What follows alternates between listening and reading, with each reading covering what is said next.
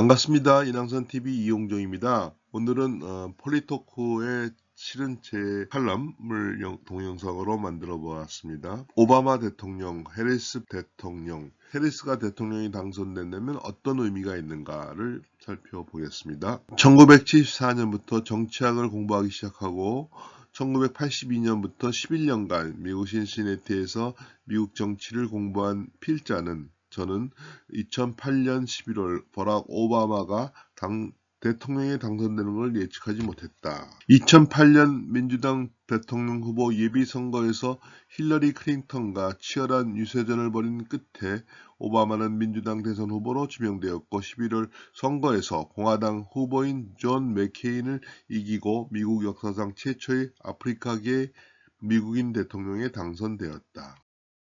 2008년 미국발 금융위기 때문에 오바마가 당선될 수 있었다. 오바마는 아프리카계 미국인을 대표하는 대통령이 아니고 미국을 지배하는 와스프, White Anglo-Saxon 프로테스탄트의 허수아비에 불과하다.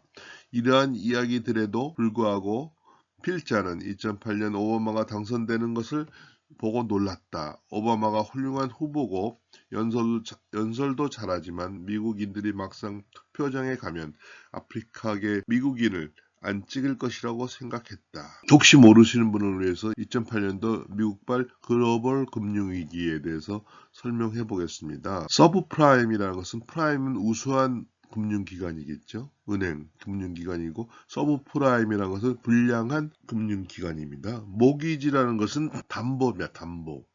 그러니까 제가 이제 예를 들어서 쉽게 설명해 보겠습니다. 제가 부산에서 교수를 할 때 삼이 그린 아파트를 샀습니다. 아파트를 담보로 돈을 끄죠. 그때 복도방에서 거기 신한은행인가 어디에 거기에서 모기지를 해갖고 해라 이런 식으로 해갖고 복도방이 인도하는 대로 이제 거기다 담보대출을 받고 주택 가격의 뭐 65%, 70%, 60% 정도를 받고 이제 아파트를 샀죠. 그러한 가정이 그냥 복도방에서 정해준 대로 하는데 지금은 좀 바뀌었습니다. 미국에서는 금융기관, 그러니까 소위 말하는 은행 같은 제1금융권, 제2금융권, 제3금융권을 소개하는 일을 하는 것을 이제 모기지 비즈니스라고 그래요.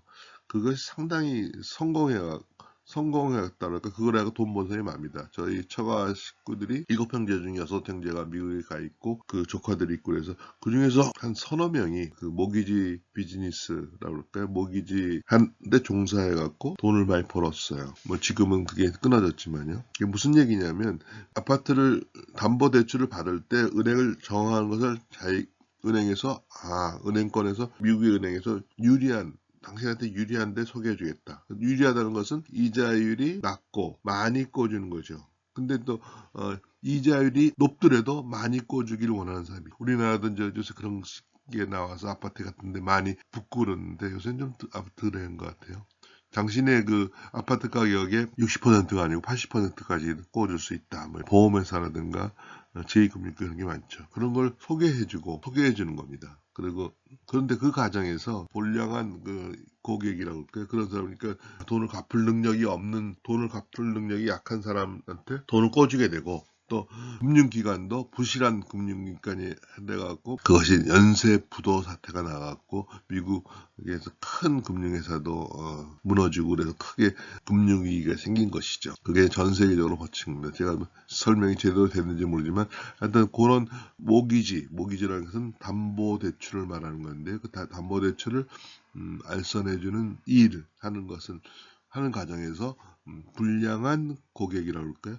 불량한 은행 하다 보니까 그게 은행이 파산되고 그럽니다. 미국에서 제가 한 11년 살았는데 유학하느라고요. 그때 보면 은행이 쉽게 만들어지는 것 같아요. 내가 많은 돈을 가지고 가서 은행에서 내가 당신 은행에다 이 돈을 입금시키겠다 하면 은행에서 그럼 당신은 뭐 해주겠느냐 하면 당신은 부행장 시켜주겠다. 부행장을 시켜주겠다고 농담할 정도로 은행이 법적으로 까다롭겠지만 쉽게 금융기관이 만들어지는 것 같아요. 그게 어떻게 보면 자유로운 분위기라고 할까요? 그렇기 때문에 이 서브프라임 모기지 사건, 서브프라임 금융 위기도 생겼던 거라고 생각합니다. 여러분들에게 이해에 도움이 됐으면 좋겠습니다. 2024년 대선에서 올해 대통령 선거에서 미국 대통령 선거에서 카말라 해리스가 만약에 트럼프를 이긴다면 미국 민주주의 발전이라고 생각한다. 필자는 여기서 누가 당선돼야 미국에 좋은지, 누가 당선돼야 한국에 좋은지, 세계 경제에 좋은지를 설명하라는 것은 아니다. 제가 흑인이란 말보다는 아프리카계 미국인이란 말 썼는데 영어로 하면 뭐 아프리칸 아메리칸이겠죠. 미국 첫 흑인 여성 대통령 카멜라 해리스요. 아버지가 자마이카면 이게 중남인가? 하여튼 흑인이죠. 그래서 흑인이란 말 쓰는 것 같아요. 경제학자고 엄마가 인도계 과학자죠. 하워드대, 다른 건 여러분들이 읽어보시고요. 하워드대라는 것은 하버드대랑 헷갈리는 사람이 많은데 하워드대는 워싱턴 시내에 있는 흑인들이 많이 다니는 대학입니다. 흑인들은 우리는 하버드와 비슷한 우리들만의 대학을 있다. 여기 다니는 걸 자부심을 갖는 그런 경향이 있는 것 같아요. 제가 하워드대에서 정책인가 경제학을 가르치시는 선배님을 하나 만난 적이 있어서 그 하워드대에서 자세히 들은 적이 있습니다. 미국 민주주의 주요 특징은 다음과 같다. 국민 주권의 원칙, 상권 분립, 연방제, 법치주의, 자유평등의 원칙 등이다. 해리스의 당선은 자유와 평등의 원칙과 미국 정치의 특징인 다양성을 증진시킬 수 있다고 생각한다. 해리스 좌파이다. 극좌파이다. 해리스가 과거 좌파적인 성향을 보인 적이 있지 않느냐. 민주당 대표 후보로서 현재 해리스를 평가해야 한다. 현재도 해리스가 동성애자에 대한 그 문제 같은 것은 어떻게 보면 좌파라고 볼 수 있죠. 그래서 전반적인 문제에서 현재의 해리스를 평가해야 된다. 그런 얘기입니다. 미국의 민주주의가 뭐가 특징이냐? 아까 제가 말씀드린 것이 여러분들이 보기에 일반적인 자유민주주의 국가, 민주주의 국가의 특징이 아니냐. 근데 제가 미국에서 공부하면서 느낀 거, 그리고 19세기 중반에 알렉시스 토크블이 미국 가서 미국의 민주주의라는 책을 썼는데 그 책을 읽어보면 미국의 민주주의의 특징은 다른 나라와 다른 특별한 특징은 결사체 민주주의입니다. 토크빌은 그래요. 미국에서 와보니까, 미국에 여행하다 보니까, 미국 사람들은 왜 이렇게 단체를, 결사체 민주주의란 말 썼는데요. 자발적 결사체를 만들기를 좋아하느냐. 모임을 많이 만들죠. 근데 그것이 한국에서도 동창회, 학연, 지연, 회련회에서 동창회 많은데 그것이 국가 전체의 문제로 될 때는 그게 부정적으로 한국에는 작용하는데 미국에서는 그렇지 않습니다. 자기 고향에 있는 대학이, 자기 지역에 있는 대학이 미국에서 제일 좋은 대학이라고 생각하지만 미국 전체의 문제를 할 때는 포기합니다. 그것이 한국과 미국의 지역주의, 지역감정의 차이라고 생각하는데 하여튼 그런 미국 사람들은 모임을 잘 만듭니다. 만드는데 그 모임이 요점은 결론은 계급적인 유럽식의 계급적인 단체가 아니고 그걸 아까 말씀드린 연결되는 얘기인데 그것이 정치적인 단체이지만 그것이 계급투쟁, 계급적인 인식 그런 아닌 결사체를 만든다. 그것이 차이인 것 같아요. 그것이 모임을 만들어갖고 그것이 다양하게 만들어지고 자유롭게 만들어지고 그런 과정에서 그것이 긍정적으로 미국의 민주주의를 발전시키는 것.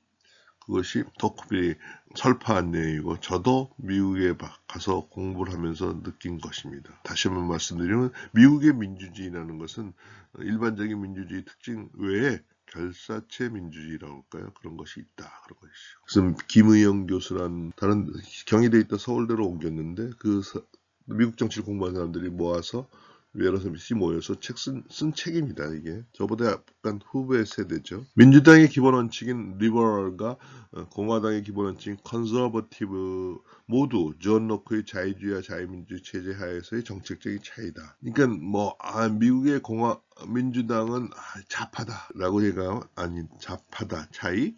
좌파적인 성향이 있다라고 모르지만 좌파다라고 볼 수는 없죠. 자유주의와 자유민주 체제하에서의 정책적인 차이다. 세계 대공황을 벗어나기 위해 시장에 적극 개입해야 된다는 리버럴과 시장 개입을 최소화한다는 컨서버티브의 차이다.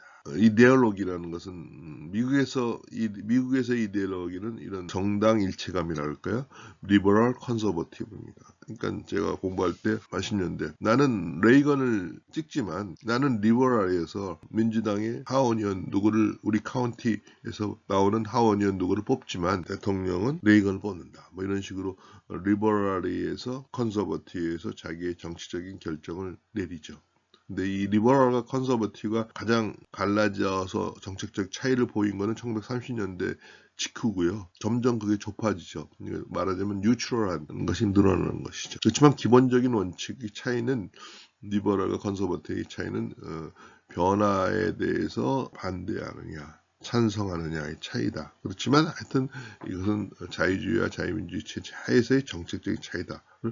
저는 항상 강조하고 있습니다. 트럼프와 해리스 누가 당선되든 한국을 무시하지 못하도록 우리 국력과 민주주의 힘을 키우는 것이 중요하다. 우리가 미국에 대해서 미국의 대통령을 관심을 많이 갖는 것은 미국이 우리나라의 영향이 크고 우리나라의 경제 안보에 크게 중요하기 때문에 그렇죠. 그렇지만 한마디로 말하면 좀 친미적인 발언인지 모르지만 우리가 잘해야 됩니다. 우리가 잘하면 우리가 반미적인 정권이면 미국도 싫어하죠. 할 수 없이 우리가 미국의 도움을 받고 미국에 의지하는 그런 경제, 특히 안보 정책을 쓸 수밖에 없는 것이 현실이기 때문에 그러한 관점에서 미국의 대통령을 선거를 이해하면 좋겠습니다. 감사합니다. 트럼프와 해리스가 누가 당선될지 모르겠어요. 미국의 대통령 선거는 여러분도 아시다시피 경합주라고 그랬죠. 경합주. 그게 주마다 주의 대표성과 미국 전체 국민의 대표성에서 주의 대표성도 어느 정도 인정하기 때문에 대통령 선거에서 각 주마다 선거인단이 결정, 필라델피아 주는 19개, 뭐 오하이오는 15개, 조그만 주는 3개, 5개뿐이 안 되니까. 근데 안 됩니다. 근데 거기서 오하이오에서 만약에 15표가 있으면 그거를 오하이오에서 트럼프가 해리스 이겼으면 파퓰러 보트 개인 일반 국민들의 투표에서 이겼으면 그 15표를 다 갖고 갑니다. 그렇기 때문에 경합주라죠. 경합주. 이 러스트벨트 공업지대가 지금 망가진 지역 펜실베니아, 오하이오 뭐 이런데요. 그런 주가 중요하다 그러죠. 거기서 득세를 해갖고 처음에 트럼프가 당선했는데 이번에는 어떻게 될 것인가. 트럼프를 좋아하는 사람도 있고 싫어하는 사람이 있다. 해리스를 좋아하는 사람도 있고 싫어하는 사람이 있는데 그 경합주에서 러스트벨트라고 할까요? 거기서 해리스를 지지하는 사람이 투표장에 나와야 되는 것이 중요하지 않느냐라고 누가 얘기를 했는데 저도 그것에 동의합니다. 그러니까 트럼프가 당선된 건 고등학교만 나온 백인 노동자 들이 지지를 했기 때문에 그런 겁니다. 그래서 많이 지금은 이탈됐죠. 근데 이제 그 사람들이 그 사람 말고 이제 민주당의 해리스를 지지하는 사람들이 해리스가 동양계 흑인인데 이 사람을 지지할 것인가, 실제 투표장에 나올 것인가가 특히 경합주에서 나올 것인가가 관건이라고 생각합니다. 고맙습니다. 한적이 건강하십시오.